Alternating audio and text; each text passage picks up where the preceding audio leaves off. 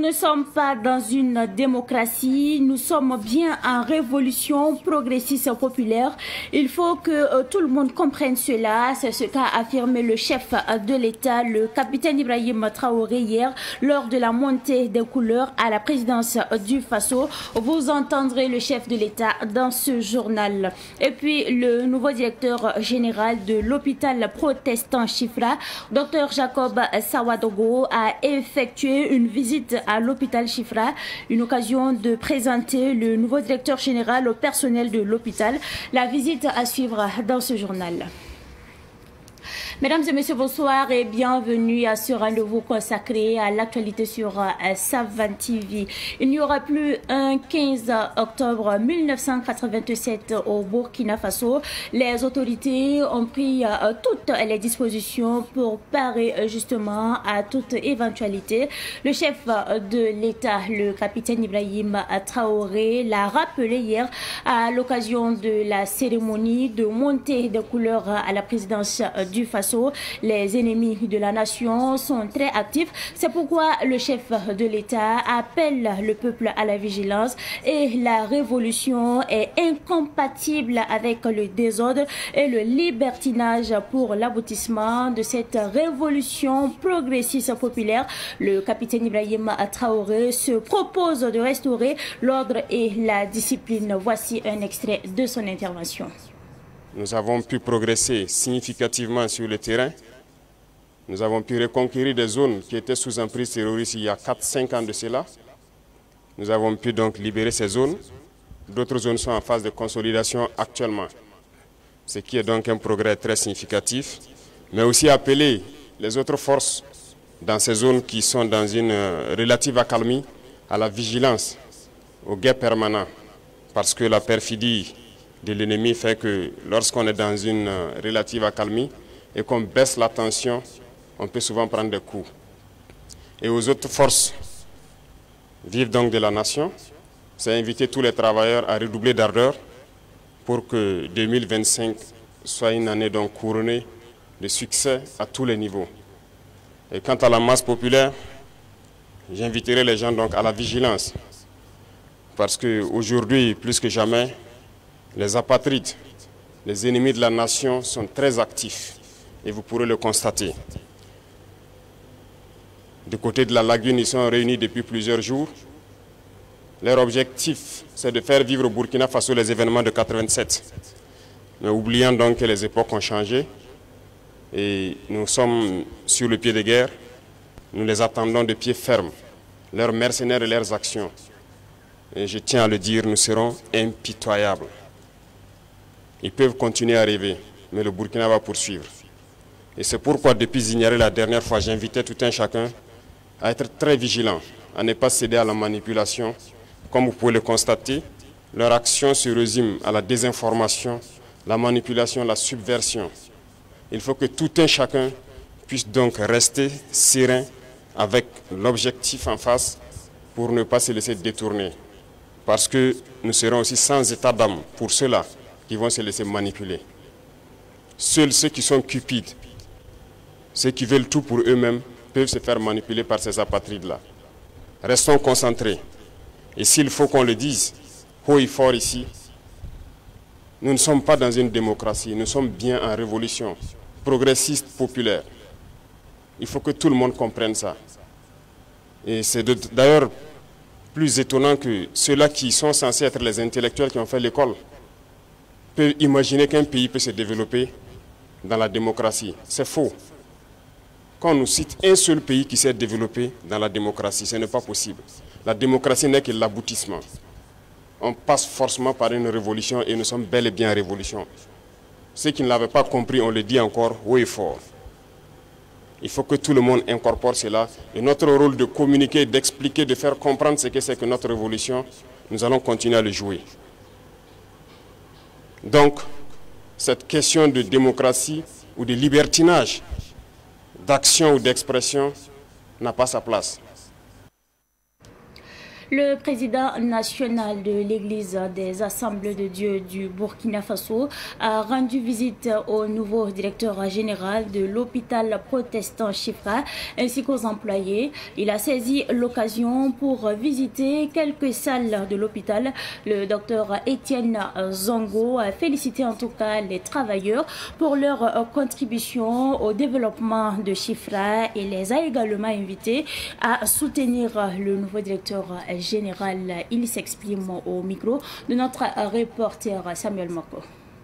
Nous sommes venus en tant qu'Église Assemblée de Dieu pour effectivement encourager les vaillants travailleurs de notre organisation Chifra.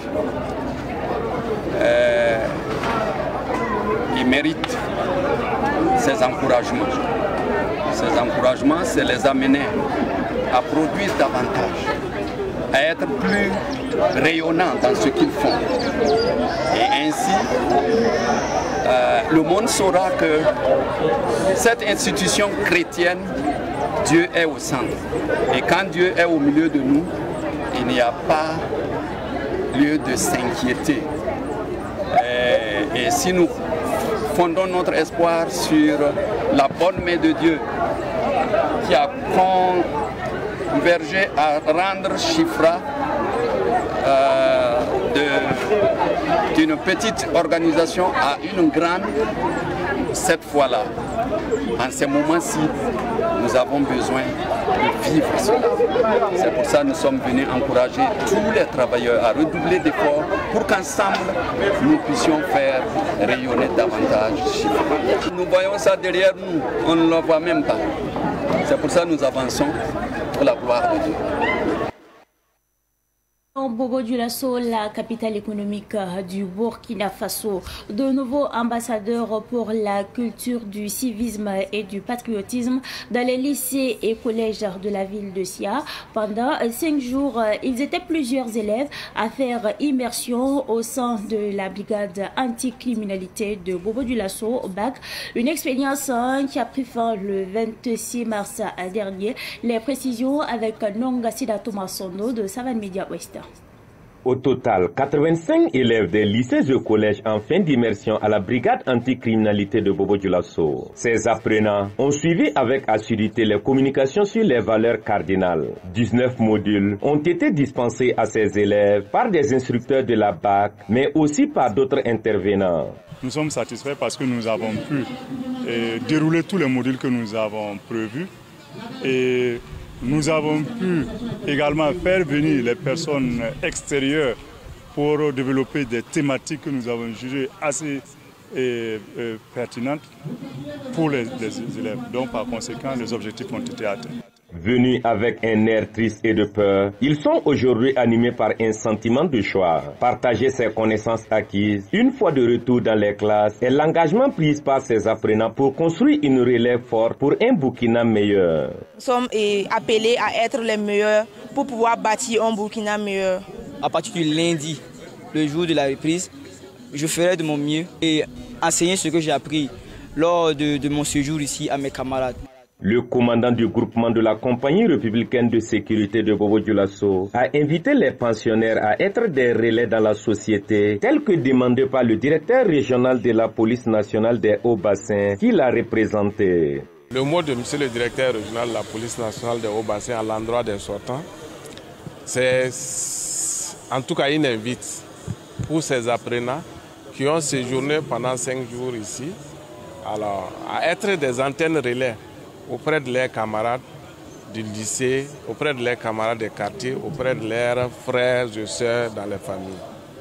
Que ce que l'on les a appris ici, dans le sens du civisme et du patriotisme, qu'ils puissent mettre ça en pratique, en tout cas pour eux-mêmes au profit de leurs camarades. Le représentant des parrains et parents d'élèves a salué l'initiative et s'est dit prêt à accompagner des actions contribuant au développement de la nation. Satisfait parce que le peu de démonstrations que nous venons de voir avec les enfants nous rassure qu'ils seront des ambassadeurs auprès des autres élèves à leur école. Je serais pressé que les prochaines éditions arrivent et que je serai même le parrain. La cérémonie de fin d'immersion de ces élèves au camp BAC a connu la participation des autorités de la région, des parents, amis et connaissants. Ils repartent avec des attestations qui déterminent leur engagement. Eladja Omaro Tchema a été reconduit à la tête de la Fédération nationale des taximens et des travailleurs du secteur des transports du Burkina Faso pour un mandat de 5 ans. Il invite les membres de l'organisation à s'acquitter de leurs impôts. Eladja Omaro Tchema s'exprime au micro de Abdoulaye Kinda. Si vous êtes dans une structure de presque 20 ans, vous êtes dedans. Bon, moi-même, j'avais souhaité pour qu'on puisse me remplacer, mais les gens m'ont demandé de continuer. En attendant, ils vont préparer un bon candidat pour les prochaines élections. C'est un sacrifice. On n'a pas de salaire, il n'y a rien. Chacun se débrouille et vit de sa façon. C'est un peu compliqué. Donc, je félicite tous les taximans. Je leur dis de garder leur courage. C'est pour dire aux taximans alors, que chacun puisse quand même payer ses contributions, comme les impôts, stationnement. Bon, par rapport aux assurances, je viens d'avoir flotte assurance pour les aider. En tout cas, je ferai tout ce que je peux. Alors, parce que même les semaines sur le passé, j'ai organisé plus de 100 taximans qui sont allés quitter leurs impôts, parce que c'est par rapport aux tâches qu'on fait là qui peut aider aussi à contribuer à faire ce qu'on peut avancer le pays. Aux endroits des autorités, en tout cas notre syndicat, leur soutien, toutes les actions, ce qu'ils font. Bon, le combat qui est en train d'amener actuellement, raison pour laquelle je suis chef du village. Alors, à un moment, mon village était parti. Mais à l'heure où je vous parle, mon village tout est rentré. Ça fonctionne bien chez moi. En tout cas, je les encourage. Voilà, c'est pas facile. La guerre, on ne peut pas finir un seul jour.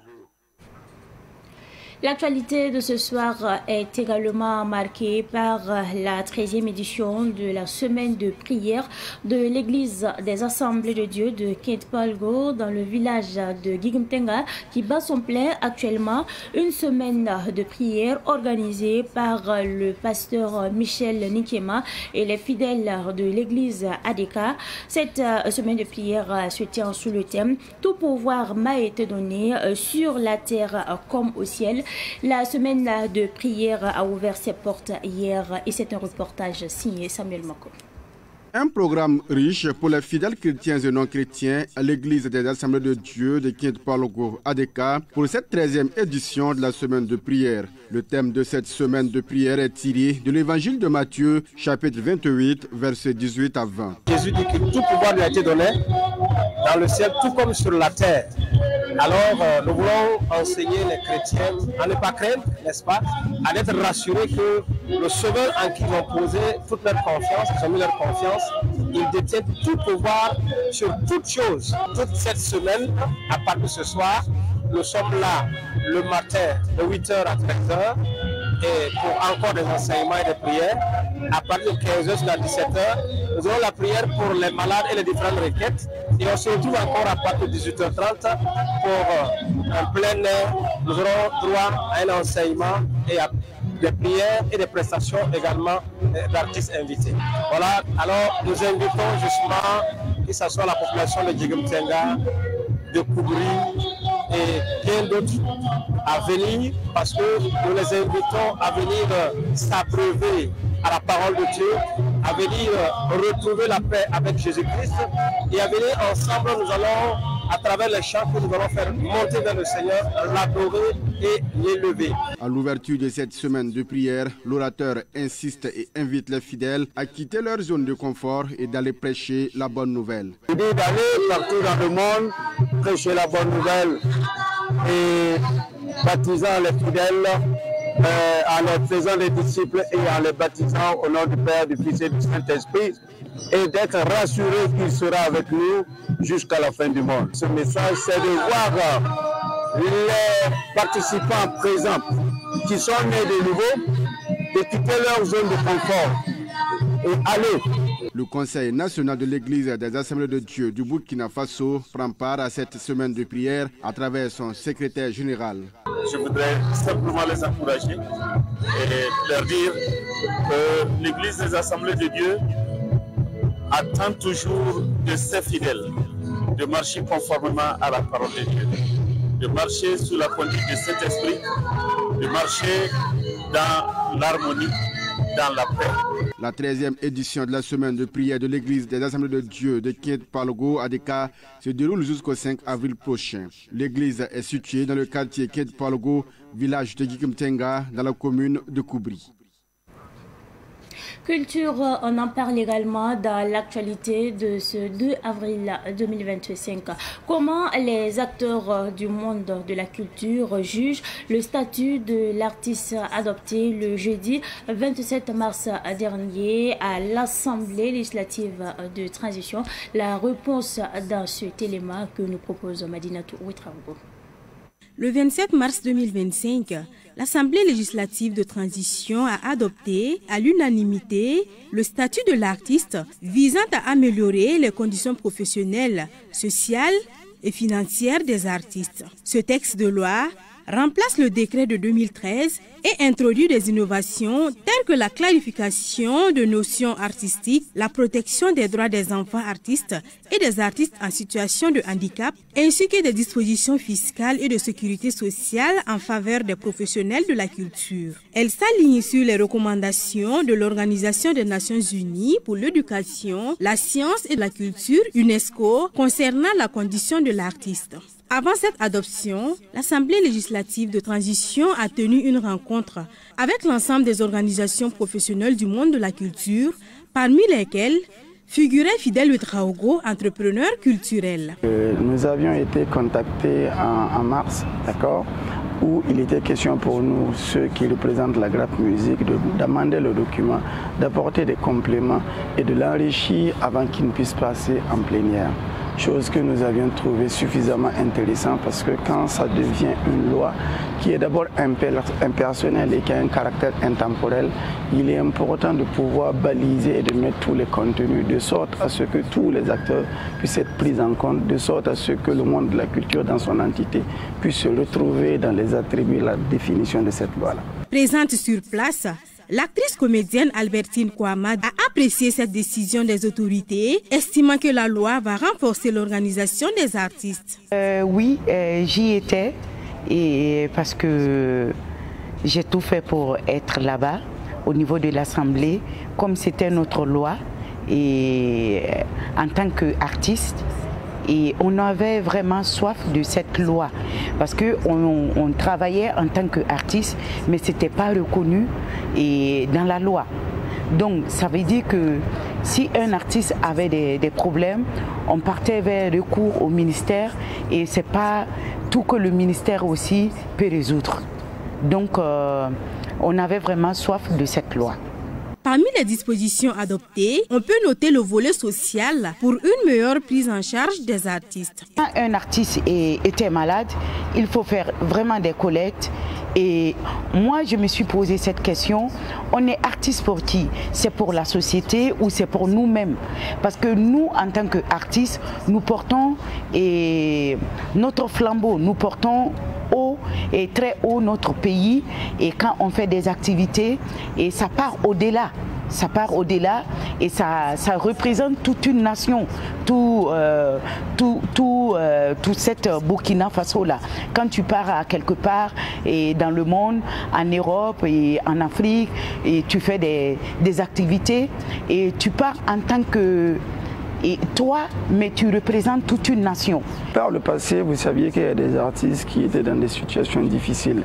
Des situations difficiles liées souvent à la maladie ou liées souvent à un accident où après on est appelé à lancer des SOS pour pouvoir leur venir en aide. La loi aujourd'hui met en place un dispositif social qui va nous renvoyer un peu à cette mesure sociale-là de préservation de la dignité de l'artiste. on va cotiser. L'artiste sera pris en charge dans certaines structures de santé qui prendra en compte de façon générale la vie et la condition de santé et de physique de l'artiste. C'est des propositions, c'est vrai, mais c'est des options, à notre avis, aident à la création. Lorsque vous saviez qu'une fois malade, une fois dans l'incapacité ou dans l'indisponibilité de vous prendre en charge, le gouvernement a prévu des plans parce que la loi est encadrée et la loi autorise. Nous pensons que c'est un salut. Ça va éviter d'indexer et d'indigner les artistes. Un autre point apprécié par les artistes porte sur la fiscalité. Quand on partait pour faire un numéro UFU, on nous confondait avec les commerçants. Pourtant, nous ne sommes pas des commerçants, nous sommes des acteurs culturels. Nous sommes des acteurs culturels et comme cette loi est venue, ça va vraiment nous aider et ils vont voir aussi que ce que nous faisons, et au lieu que ce soit les 25%, ça serait un peu réduit et sur cet angle-là. Albertine Kouama compte sensibiliser ses collègues au respect de cette nouvelle loi sur le statut de l'artiste. Moi, en tant qu'artiste, mon rôle à jouer, c'est de parler avec mes collègues, ceux qui ne connaissent pas. Et c'est à nous maintenant de les expliquer. Par exemple, quand tu veux faire un tournage, il faut l'autorisation. Quand tu veux faire certains trucs artistiques, il faut regarder ce que la loi demande pour pouvoir te conformer à cette loi. On doit vraiment sensibiliser large pour que tout le monde se plie à cette loi pour la bonne marche. Les acteurs culturels demandent aux autorités de poursuivre leurs efforts pour l'application effective de la loi sur le statut de l'artiste. Actualité sportive à présent et nous parlons du Real du Faso qui continue de créer la surprise en Coupe du Faso après avoir éliminé l'étoile filante de Ouagadougou et Fo. C'est le tour de l'ASFA Yeninga de subir la loi des jeunes académiciens hier lors des quarts de finale. Le match a eu lieu au stade municipal Dr Issouf Joseph Konombo. Revivons justement cette opposition avec notre journaliste sportif à maison, Ruben Wilson Kodio. Après un score nul de 0 but partout au temps réglementaire, c'est par 4 tirs au but réussis contre 2 que le Real du Faso a écarté l'ASFA Yeninga de la course. Malgré cette élimination, l'objectif reste le même chez les protégés de la Prescience Yeninga. On a perdu au tir au but, on aurait voulu en tout cas rééduquer les mêmes performances que l'année dernière, c'est-à-dire jouer les demi-finales. Voilà, mais notre objectif reste toujours le même, c'est le maintien. Donc on a un match très important le lundi, donc on va se concentrer en tout cas pour aller chercher le maintien et puis en tout cas préparer l'année prochaine avec sérénité. Au niveau du Real du Faso, c'est une victoire méritée selon son entraîneur. Oui, d'abord, je pense qu'un match très difficile et très compliqué face à une équipe de l'ASFA Yeninga, je pense qui était en confiance, voilà, qui ont aligné quelques victoires. Donc je pense que l'ASFA Yeninga était venu ce soir gonfler à bloc et avec la confiance. Bon, je pense que on a étudié l'équipe. Bon, j'ai demandé aux enfants d'abord de rester prudents, de donner le ballon à l'ASFA Yeninga. On va les observer et en deuxième mi-temps maintenant, on va essayer de changer de fusil d'épaule et puis voir ce que ça peut donner. Voilà, je pense que c'est une victoire méritée. Une première pour le Real du Faso, mais moi je pense que j'ai dit aux enfants, les quarts de finale d'une coupe, ça se gagne, c'est tout. Peu importe la manière, l'essentiel c'est de gagner, ils l'ont fait, je pense que bravo à eux. L'objectif du Real du Faso, c'est le maintien d'abord. Mais je pense qu'on ne va pas cracher sur la coupe. Mon souhait est qu'à chaque fois quand on va faire le tirage au sort, l'équipe que nous allons pouvoir vaincre, voilà, qu'on puisse tirer cette équipe. Les quarts de finale de la Coupe du Faso qui se poursuivent aujourd'hui prennent fin demain. Les personnes les plus formidables sont celles qui ont connu l'échec, la souffrance, le combat intérieur, la perte et qui ont su surmonter leur détresse. Ces personnes ont une sensibilité, une compréhension de la vie qui les remplit de compassion, de douceur et d'amour. C'est tout pour cette édition du soir que j'ai pris en tout cas du plaisir à vous présenter. Merci à vous pour votre constante fidélité. Excellente suite de programmes en compagnie bien sûr des programmes de la télévision des Nouvelles Idées.